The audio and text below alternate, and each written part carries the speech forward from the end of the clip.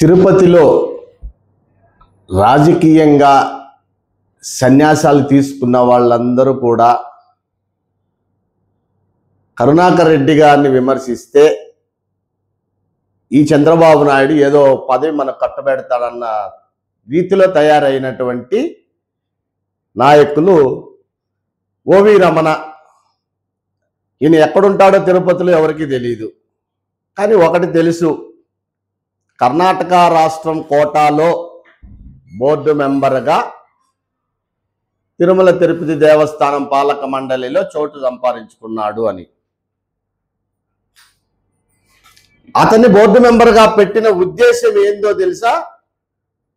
కర్ణాటక రాష్ట్ర ముఖ్యమంత్రి దేవేగౌడ వాళ్ళ ఫ్యామిలీలో వాళ్ళ బంధుగణమో వస్తే వాళ్ళకు ఒక అటెండర్ కావాలా. ఆ అటెండర్ ఉద్యోగంలో ఇతన్ని తీసుకొచ్చి పెట్టారు. ఇతనికి బోర్డు మెంబర్ అవ్వడానికి అర్హత కూడా లేనటువంటి వ్యక్తి, అసలు తిరుమల తిరుపతి దేవస్థానం మీద పూర్తి అవగాహన లేనటువంటి వ్యక్తి. అంతకు మించి నీకు వెంకటేశ్వర స్వామి మీద భక్తి కూడా అప్పటి వరకు లేదు.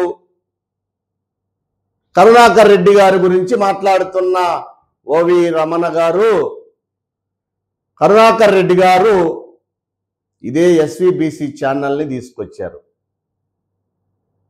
ఈరోజు ప్రపంచవ్యాప్తంగా వెంకటేశ్వర స్వామి ఉత్సవాలను వాళ్ళ ఇంటిలోనే తిలకించేటటువంటి వెసులుబాటు, అంటే తిరుమల తిరుపతి దేవస్థానం కీర్తిని దశ దిశలా వ్యాపింపజేసినట్టే కదా.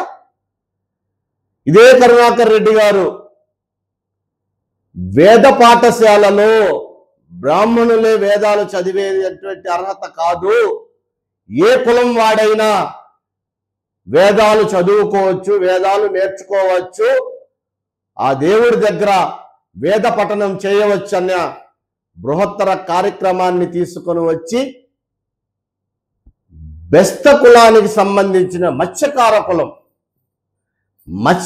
కులానికి సంబంధించినటువంటి విద్యార్థులను కూడా వేద పాఠశాలలో చేర్పించి చదివించి వేదాలు నేర్పించినటువంటి వ్యక్తి బోమన కరుణాకర్ రెడ్డి గారు. అదేవిధంగా అప్పటి వరకు కూడా తిరుమల తిరుపతి దేవస్థానం ఎక్కడ వేసిన గొంగడి అక్కడేగా ఉంటే పరిపాలనలో విప్లవాత్మకమైన నిర్ణయాలు తీసుకొచ్చినటువంటి వ్యక్తి బొమ్మన కరుణాకర్ రెడ్డి గారు. మీకు అవగాహన ఉంటే ఇవన్నీ తెలుస్తుంది. తెలుసుకోవాలన్న ఆలోచన ఉన్నా ఇప్పటికి కూడా కొంతమంది అధికారులు రిటైర్మెంట్ కాకుండా ఉన్నటువంటి వాళ్ళని అడగండి. తిరుమల తిరుపతి దేవస్థానానికి పాలక మండలి అధ్యక్షులుగా వచ్చిన వారిలో ఈ తిరుమల తిరుపతి దేవస్థానాన్ని ఒక గాడిలో పెట్టి ఒక గౌరవాన్ని తీసుకుని వచ్చినటువంటి అధ్యక్షులు ఎవరు అనంటే గుడ్డిగా ఆలోచించుకోకుండా అరక్షణంలో బోమన కరుణాకర్ రెడ్డి గారు అని చెప్పగలుగుతారు. అదేవిధంగా మీరు అంటున్నట్టు కళ్యాణమస్తు పేదవారి కోసం తాళిబొట్లు కూడా తీసుకోలేని, పెళ్లి చేసుకోలేని స్తోమత లేనటువంటి వాళ్ళ కోసం తీసుకొని వచ్చినటువంటి కార్యక్రమాన్ని మీరు అవహేళనగా మాట్లాడుతున్నారనంటే హిందుత్వం మీద ఏమాత్రం గౌరవం ఉందో మీకు ఇట్లే అర్థమవుతా ఉంది. అదేవిధంగా కరుణాకర్ రెడ్డి గారు అప్పటి వరకు ఎవరు పట్టించుకునే టీటీడీ విద్యా సంస్థలను ఒక్క తాటిపైకి తెచ్చి ఈ టీటీడీ విద్యా సంస్థల్లో విద్యార్థులందరూ కూడా ఏ రకంగానూ ఇబ్బంది పడకూడదు అన్నట్టు విద్యా సంస్థల మీద కూడా ఆలోచన చేసినటువంటి అధ్యక్షులుగా కరుణాకర్ రెడ్డి గారు మిగిలిపోతారండి. మీరు చెబుతున్నది ఏదో ప్రవచనంలా ఉంది, నేను చెబుతున్నది అక్షర సత్యాలు. మీరు ఈ రోజుకి కూడా పోయి టీటీడీలో తెలుసుకోవచ్చు. టీటీడీని ప్రక్షాళన చేసింది ఎవరు? అభివృద్ధి దిశగా అడుగులు వేసింది ఎవరు? మీరు ఏదో వెంకటేశ్వర స్వామి మీద ప్రతిరోజు ఇప్పుడు ఉన్నటువంటి చైర్మన్, మాజీ చైర్మన్ గారు ఇష్టం వచ్చినట్టు మాట్లాడుతున్నారు నేను అని ఒక భక్తుడిగా మీరు వచ్చి చెప్తున్నప్పుడు ఎవరికి చెప్పాలయ్యా? అయ్యా రమణ గారు, ప్రస్తుతం ఎవరైతే అధ్యక్షులుగా వెలగబెడుతున్నారో ఈ దేవుడి కీర్తిని అపకీర్తి చెయ్యొద్దయ్యా చైర్మన్ గారు అని చైర్మన్కి సూచనలు ఇవ్వాలనా? 20 సంవత్సరాల ముందు జరిగినటువంటి పాలక మండలి నిర్ణయాల్లో తప్పు జరిగిందని అప్పుడేమి చేస్తున్నారు మీరు? మీరు నిజంగా వెంకటేశ్వర స్వామి భక్తులైతే వెంటనే ఎందుకు రాజీనామా చేయలేదు మీరు? మీ పార్టీ అని అంటున్నారు, మరి మా పార్టీ వ్యక్తి కూడా కాదు కదా నువ్వు.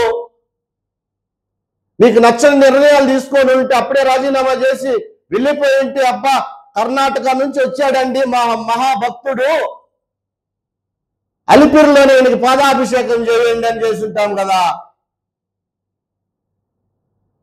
ఉన్న రోజులంతా నీ అభివృద్ధికి, నీ మంది మార్బలానికి తెల్ల ఏనుగుల్లాగా ఈ బోర్డు మెంబర్లు తయారయ్యారే తప్ప ఈ బోర్డు మెంబర్ల వల్ల తిరుమల తిరుపతి దేవస్థానానికి ఒరిగేది ఏమీ లేదు. దాంట్లో ఈ రమణ ఒక్కడు. కరుణాకర్ రెడ్డి గారిని విమర్శించే ముందు నీ స్థాయి నువ్వు తెలుసుకో. రాజకీయంగా కానీ ఇంకొక అభివృద్ధి విషయంలో కానీ అవగాహన విషయంలో కానీ హిందుత్వం, హైందవ ధర్మం అంటున్నావు. ఈ తిరుపతిలోనే చెప్తున్నా, అరే టీటీడీలో ఉన్న చైర్మన్లకు కానివ్వండి, యావత్ కూటమి నాయకులందరికీ కానివ్వండి, హైందవ ధర్మాల గురించి కరుణాకర్ రెడ్డి గారితో మాట్లాడగలిగినటువంటి అవగాహన, శక్తి, సామర్థ్యం మీకుందా? మీరు ఆ మాత్రం పరిజ్ఞానం మీకుందా? ఏది పడితే అది మాట్లాడేస్తే చెల్లుబాటు అయిపోతుంది అనుకుంటే మీ మాటలకి కౌంటర్ ఇవ్వాల్సింది మా నాయకుడు కరుణాకర్ రెడ్డి గారు కాదు. ఆయన శిష్యుడిగా నాకు మీరు సమాధానం చెప్పండి. ఇదే చంద్రబాబు నాయుడు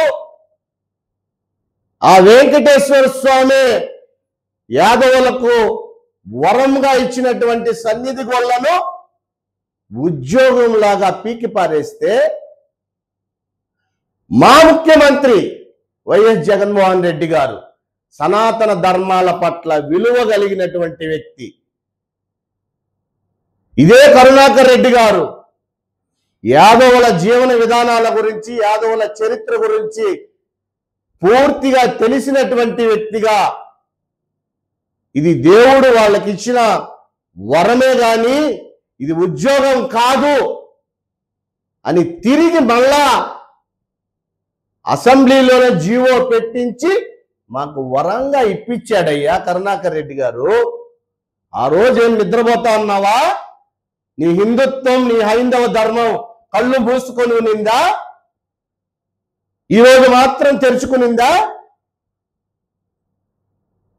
నిన్నటికి నిన్నంటున్నాడు ప్రస్తుతం ఉన్న చైర్మన్ ఛానల్లో, శ్రీకృష్ణుడట రాజట యాదవ కులానికి సంబంధించినటువంటి వాడు కాదు అని.